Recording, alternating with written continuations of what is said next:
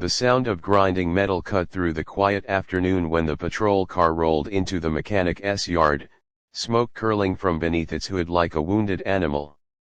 Ryan Haley wiped grease from his hands and looked up, expecting another impatient customer.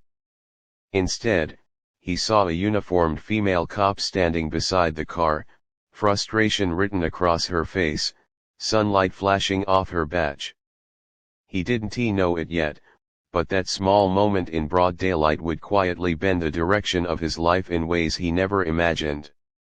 If you believe kindness has a way of coming back when you least expect it, take a second right now to like, comment, share, and subscribe to the channel One Heart Stories, because stories like this live on second chances. Ryan was a single dad and a mechanic by necessity, not choice. After his wife passed away 2 years earlier, his world shrank to school drop-offs, late-night laundry, and long hours at his small roadside garage. His hands were always stained with oil, his eyes always tired, but his heart never closed. That afternoon, when the female officer explained her car had broken down mid-patrol and backup was far away, Ryan didn't see a badge or authority. He saw exhaustion. He saw someone stranded. He waved her toward the shade, gave her water, and began working without asking for payment. The sun hung high, birds chirped, and the smell of hot asphalt mixed with engine oil as he worked steadily, focused, determined to get her back on the road. By the time the patrol car came back to life, Ryan's shirt was soaked with sweat. The officer tried to insist on paying more than he asked, but Ryan refused gently. He believed help shouldn't always carry a price tag. He watched her drive away, never thinking of it again, because his mind was already racing toward picking up his daughter from school and finishing the day's repairs. The next morning arrived with clear skies and warm daylight pouring through cracked curtains. Ryan unlocked his front door, juggling keys and groceries, when something felt wrong. The air smelled of lemon cleaner instead of old oil and dust. His living room looked brighter. The shoes by the door were neatly aligned. The sink wasn't full. His heart skipped as panic rose, but then he noticed something else. His daughter's scattered school books were stacked carefully on the table. The floor gleamed. The chaos of a grieving single father's home had been gently rearranged into calm. In the middle of the room, the same female cop from yesterday was kneeling, wiping the floor, her uniform replaced by simple clothes, her hair tied back. She looked up, startled but calm. Ryan froze, unable to understand why a stranger, especially a police officer, was in his house doing what he barely had the energy to do himself.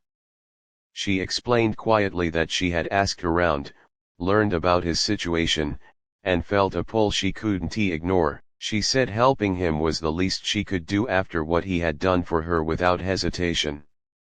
Ryan's life had been heavy with pride and silence since his wife's death. He had learned to accept exhaustion but not help. Seeing someone step into his mess without judgment cracked something open inside him. He felt embarrassment, gratitude, and disbelief collide. As daylight streamed through the windows, highlighting freshly cleaned surfaces, he realized how alone he had been without even noticing. The officer's name was Aisha Mir. She was new to the city, carrying her own quiet burdens from years of seeing pain on the streets. Helping others was how she coped, how she reminded herself that the badge didn't just mean authority, but service. Cleaning Ryan's house wasn't charity to her. It was balance. Over the following days, daylight visits became normal. Aisha would stop by after her shifts, sometimes bringing groceries, sometimes helping Ryan's daughter with homework while he worked late. The house slowly filled with warmth again. Ryan began to smile more, laugh without guilt, and feel his chest loosen from the constant pressure of survival. The biggest challenge he faced wasn't money or exhaustion anymore, but learning to let someone stand beside him instead of doing everything alone.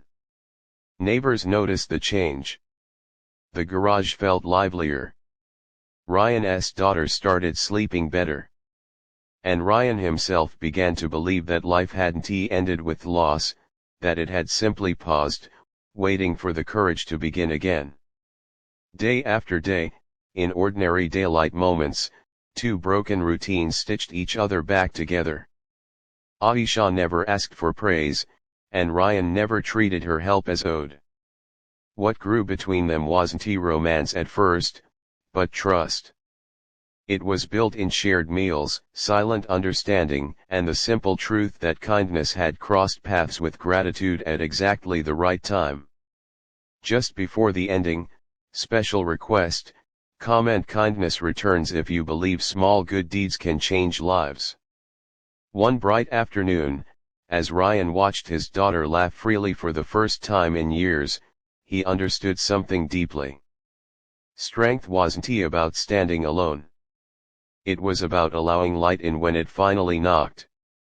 Aisha didn't save him. She reminded him he was still human, still worthy of care. And in doing so, she found healing of her own. If this story touched your heart, if it reminded you that help can come from unexpected places in broad daylight, please like, comment, and share this video so more hearts can feel the same hope. Sometimes, the smallest kindness rewrites an entire future.